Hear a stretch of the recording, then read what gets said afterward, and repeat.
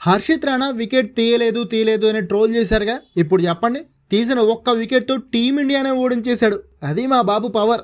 India versus న్యూజిలాండ్ 4th T20 మ్యాచ్లో హర్షిత్ రాణా తీసిన ఒకే ఒక్క వికెట్తో గెలుస్తామనుకున్న మ్యాచ్లో మనం ఓడిపోయాం. ఆ వికెట్టే శివన్ దుబేది. రాణాబాబు బౌలింగ్ చేస్తూ 4 ఓవర్లలో 13.5 ఎకానమీతో 54 రన్స్ ఇచ్చి వికెట్ ఏమీ తీయకపోయినా, ఇంత చెత్త బౌలింగ్ చేసినా ఎవ్వరూ ఏమీ అనలేదు.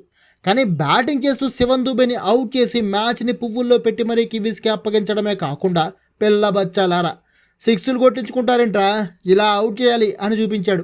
ఇండియా మ్యాచ్ గెలవాలంటే 5 ఓవర్లలో 71 రన్స్ కొట్టాల్సిన టైంలో ఓ ఎండ్లో శివన్ దుబే 23 బంతుల్లో 3 4లు 7 6లతో 282 స్ట్రైక్ రేట్తో శివ తాండవం చేస్తుంటే ఒంటి చేత్తో ఇండియాని గెలిపించేస్తాడు అనుకుంటాం కదా.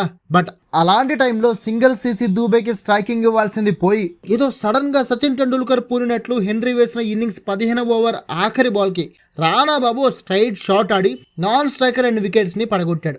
అయితే ఆ బాల్ హెన్రీ చేతికి టచ్ అవుతూ వెళ్లడంతో అప్పటికే దుబే క్రీజ్ నుంచి బయటకు వచ్చి ఉండడంతో రన్అట్ అయిపోయాడు.